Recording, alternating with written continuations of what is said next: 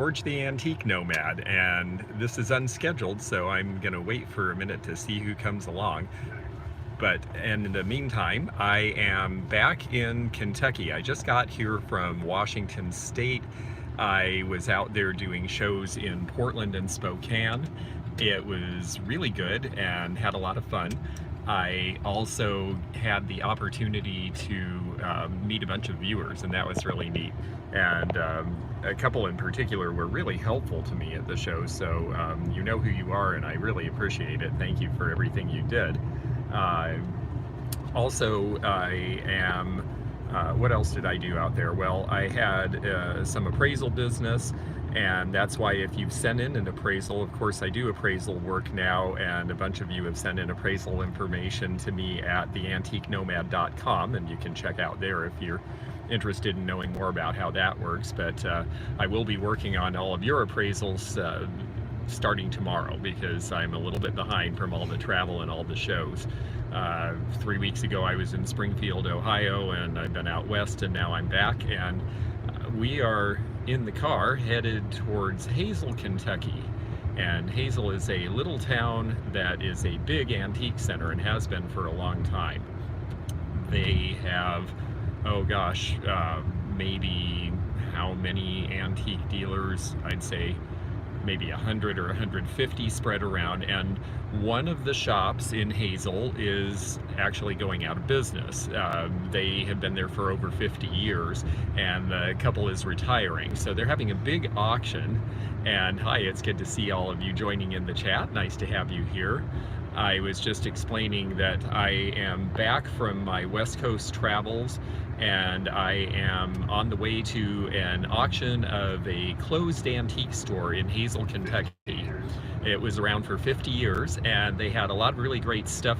I'm sure probably more this morning, but I am going later in the afternoon to see how they do on box lots, because I was up late last night. I was on Fatbird Finds. They're actually the ones who told me about this particular auction that's happening in Hazel, and I think they're there, so we may run into them. But in the meantime, I am going to look to see if we can find some bargains. They had a lot of neat stuff in the store, but they said after 50 years they were going to retire and play with their grandkids, and that was the end of that. So I guess we're all gonna, when we get there, we're gonna try to go live.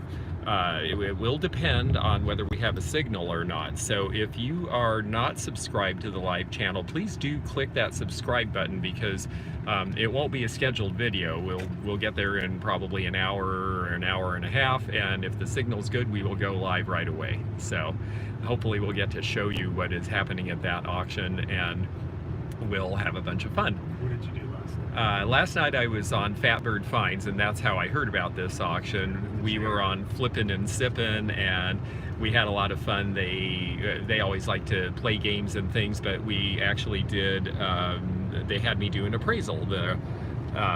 Joy, Laura, Fatbird Finds' mother, has a shop in Paducah, and she had an old chair that said it was from 1815 and wanted me to look at it and see if I concurred, and I did. So you can check out their Flippin' and Sippin' and see how that all came about. And also, like I was saying, I do a lot of appraisal work, and I have a bunch of you who've sent in things, and I promise I will be getting to that this week. I'm just finishing up my fall show season, so it's been really busy the last 3 weeks, and I've been all over the place. But I am finally catching up, and so that's why I'm off to look at more things at an auction today. I'm trying to think what else I should tell you while I'm on. Oh, we've had about a dozen people, 13 people watching right now, so that's great. And if you're able to,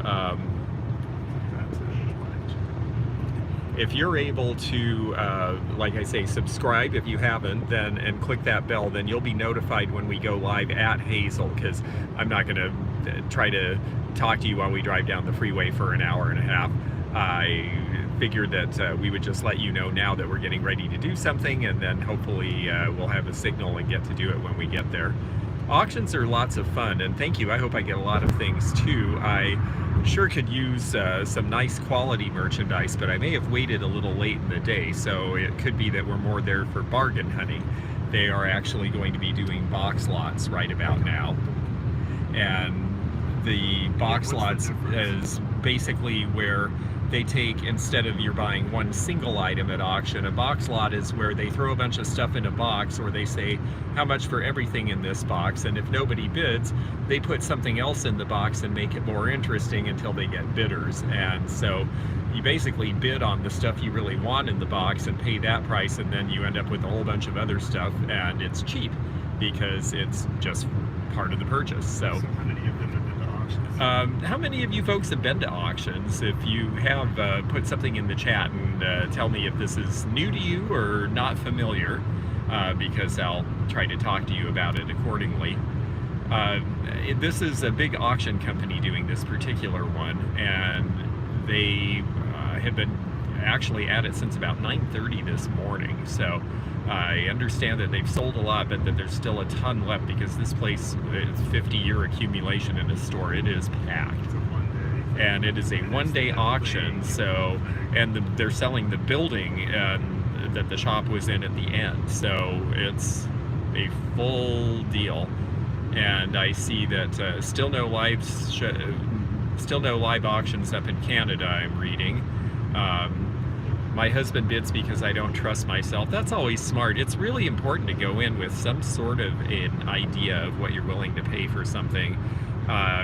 You know, ideally you preview so you can see condition, but again, when you're looking at box lots, you just end up with what you get. And someone asked, what do I expect to find there? They actually had a big catalog, and they showed pictures of everything in the store, so that you could actually have an idea of what was there before you went in. And this place is packed. They have a lot of turn-of-the-century antique furniture. They had everything from cookie jars to depression glass to Franciscan Desert Rose dinnerware, but they had a lot of fun things beyond that. Crocs and toys and wheeled vehicles. I think I'm there for that. It's a 50-year-old antique store, so a lot of the stuff in it is more traditional antiques and antiques, country primitives. I saw taxidermy, I saw Crocs, I saw cast iron. There were lots of figure-rolled cookie jars, and I see somebody saying go for the quirky stuff, and I do agree. I think quirky sells. It definitely, when I do shows, the unusual things that people don't see all the time are the things that sell first and fastest and get people into the booth. So I always have that in mind, because I do a lot of shows, and I'll have the fall show season is almost over for me. I may have one more show this fall, and then after that it'll be winter shows in Florida. So that's what I'm basically preparing for here.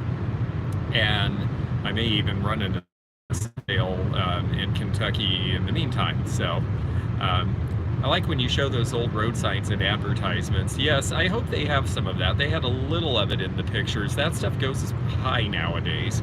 So my guess is they may have auctioned it early, but we will find out when we get there. And sometimes they'll do some of the expensive stuff early to whet people's appetite, and then they hold some of it out till later in the day. And that helps keep people there longer, and so I suspect we might be at that juncture by the time we get there. We'll find out, but hopefully we'll have a signal. I'm pretty sure we did have a signal the last time we went to Hazel. It's just a little town right on the Kentucky-Tennessee border, but it is packed full of antiques. I think there's 6 other shops, and someone said, you missed it, where am I headed? I'm headed to an auction, and the auction is in a little town called Hazel. And how late will they be going? Well, until everything is sold, because they have to sell everything in the building, and then they have to sell the building itself. Tell them they can go to Bunch Brothers. And if you want to see what's in the auction, if you go to Bunch Brothers Auction, then you will actually be able to see what's in this particular sale, because they have a very thorough catalog. They obviously wanted to bring a big crowd. And so you'll be able to actually see what there is, even, or what there was this morning, even before we get there.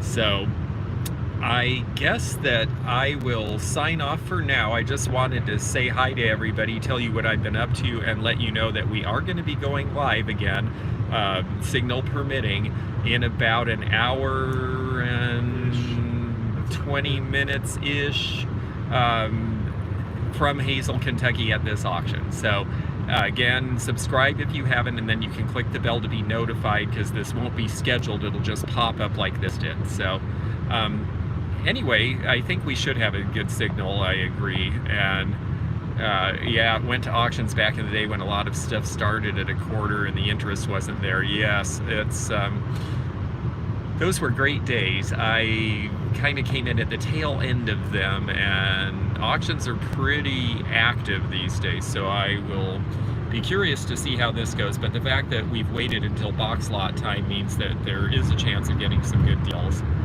And I see that a lot of you have lots of chores and things you're working on today, so we will be glad to provide a distraction. And yeah, I think it will be fun. I haven't been at an auction in a long time, so I look forward to bringing it to you as soon as we get there. We will get oriented and then go live as soon as we can. So in the meantime, thanks all of you for watching this, and we will see you soon.